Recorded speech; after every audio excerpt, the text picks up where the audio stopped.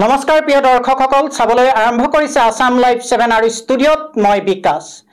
প্ৰতিবাদ আনন্দ প্ৰকাশৰ ভাষা নহয়, প্ৰতিবাদ যৌৱনৰ উন্মাদনা নহয়। মানুহে যেতিয়া অধিকাৰ হেৰুৱায়, মানুহে যেতিয়া প্ৰাপ্যতাৰ পৰা বঞ্চিত হয়, সেই প্ৰাপ্যতা ঘূৰাই অনাৰ স্বাৰ্থত যেতিয়া মানুহৰ সেই কথাবোৰ, মানুহৰ ভাষাবোৰ ঐক্যবদ্ধ ৰূপ লয়, তেতিয়া সেই ঐক্যবদ্ধ কথাখিনি প্ৰতিবাদৰ অন্যতম ভাষা হয়। আৰু সেই প্ৰতিবাদৰ ভাষাই কেতিয়াবা আৰোহণ কৰে ৰাজপথ, কেতিয়াবা আৰোহণ কৰে চৰকাৰী কাৰ্যালয়।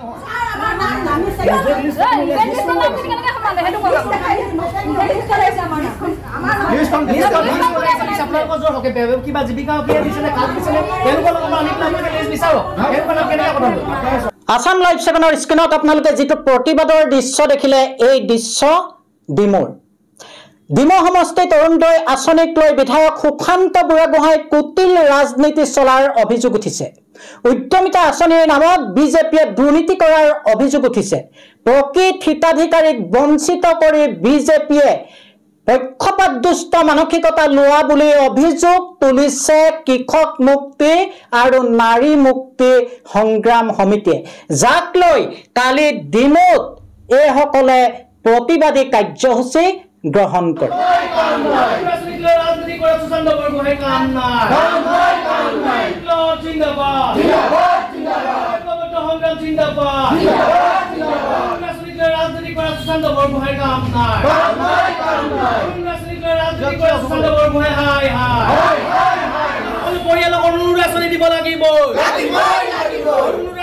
বিজেপি ৰাজনীতি নচলিব, বিজেপি ৰাজনীতি বন্ধ কৰক,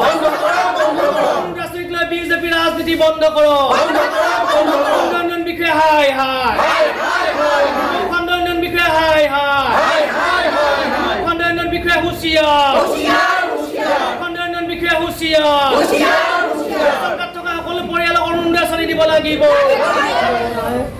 অৰুণোদয় আঁচনিটোক লৈ পেলাই বিজেপি টুপিটো পিন্ধিব লাগিব, যে বিজেপি ৰেলীত যাব লাগিব, তেনেহ'লে সেই মহিলাসকলে অৰুণোদয় পাব।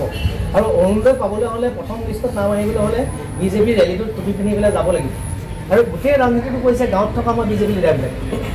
মুখ্যমন্ত্ৰীয়ে কোৱাৰ দৰে প্ৰতি ৰেচন কাৰ্ড থকা প্ৰতিগৰাকী হিতাধিকাৰীয়ে দুখীয়া পৰিয়ালৰ অৰুণোদয় পাব লাগে, হয়নে নহয়? আৰু বৰ্তমান সময়ত দেখা গৈছে, আপোনালোকে তদন্ত নাই কৰা কাৰণে গম পোৱা নাই চাগে, বিজেপিৰ আংগু পাংগু গাঁৱৰ যিবিলাক আংগু পাংগু আছে, হয়নে?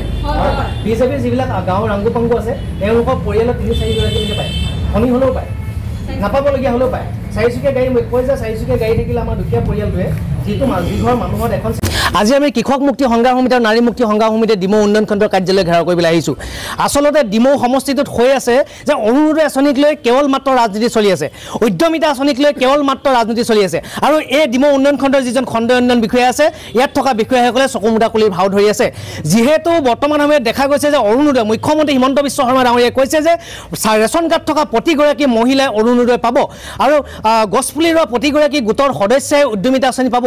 কিন্তু দেখা গৈছে যে বৰ্তমান সময়ত গাঁৱৰ এই আংগু পাংগু বিজেপি লিডাৰবিলাকে তেওঁলোকে ৰাজনীতি কৰি প্ৰকৃত হিতাধিকাৰীসকলক বঞ্চিত কৰি বিজেপিৰ ৰেলীত যোৱা, বিজেপিৰ টুপি পিন্ধা মহিলাসকলকে তেওঁলোকে পোনপ্ৰথমে অৰুণোদয় দিয়া দেখা গৈছে। কিন্তু প্ৰকৃত যিসকল দুখীয়া হিতাধিকাৰী, ৰেচন কাৰ্ড থকা দুখীয়া হিতাধিকাৰী, তেওঁলোকৰ নাম কৰ্তন কৰি দিছে। আৰু দ্বিতীয়তে পাই থকা যিসকল অৰুণোদয় হিতাধিকাৰী আছিলে, তেওঁলোকৰ নামো কৰ্তন কৰি দিয়া দেখা গৈছে। আচলতে আমি আজি প্ৰতিবাদ কৰিছোঁ, এই যিটো ৰাজনীতি চলি আছে, ডিমৌ সমষ্টিত যিটো বিজেপিৰ ৰাজনীতি চলি আছে, ৰাজনীতি বন্ধ হ'ব লাগে। আৰু এই অমিত কলহৰ নামত যি গছপুলি ৰুইছিলে, গোটৰ প্ৰতিগৰাকী সদস্যাই 10,000 টকা উদ্যমিতা আঁচনিত অন্তৰ্ভুক্ত হ'ব লাগিব।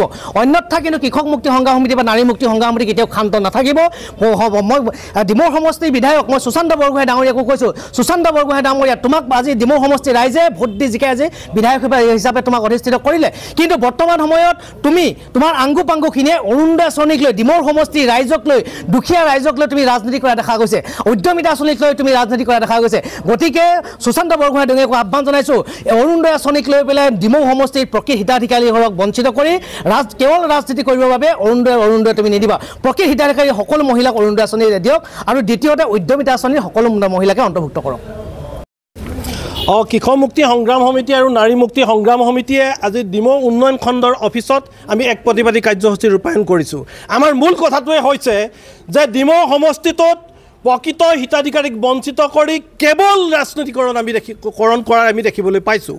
এতিয়া আমাৰ কথাটো হৈছে ডিমৌ সমষ্টিটোত প্ৰত্যেকগৰাকী মহিলাক অৰুণোদয় দিম বুলি হিমন্ত বিশ্ব শৰ্মাই 21ৰ নিৰ্বাচনৰ আগত ফুলজাৰি মাৰিছিল। আমি এই কথাটো হিমন্ত বিশ্ব শৰ্মাক ইয়াৰ পৰা প্ৰত্যাহ্বান জনাব বিচাৰিছোঁ। কৃষক মুক্তি সংগ্ৰাম সমিতি আৰু নাৰী মুক্তি সংগ্ৰাম সমিতিয়ে তুমি 21ৰ নিৰ্বাচনত যিটো প্ৰতিশ্ৰুতি দিছিল আৰু সেই প্ৰতিশ্ৰুতি আজি ৰক্ষা কৰিব লাগিব। এতিয়া আমি দেখিবলৈ পাইছোঁ তুমি যেনেকৈ প্ৰত্যেকখন ৰেচন কাৰ্ড থকা প্ৰতিগৰাকী মহিলাক অৰুণোদয়ত অন্তৰ্ভুক্ত কৰিম বুলি কৈছিলা, এতিয়া কিন্তু আমি দেখিবলৈ পাইছোঁ যে ডিমৌত প্ৰকৃত হিতাধিকাৰীক বঞ্চিত কৰি প্ৰকৃততে বিজেপি কৰ্মী সাংগু পাংগু ঘৰৰ পৰিয়ালৰ মানুহকে অৰুণোদয় দিয়া আমি দেখিবলৈ পাইছোঁ।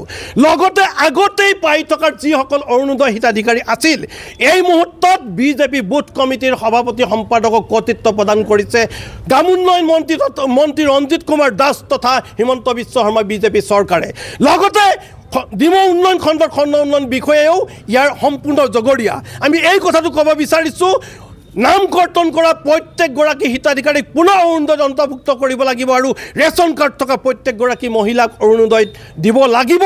আমি ক'ব বিচাৰিছোঁ তেওঁলোকে 1250 টকা নহয়, এতিয়াৰ পৰা অৰুণোদয় তেওঁলোকে 1250 টকাৰ ঠাইত 5000 টকা দিব পাৰিব।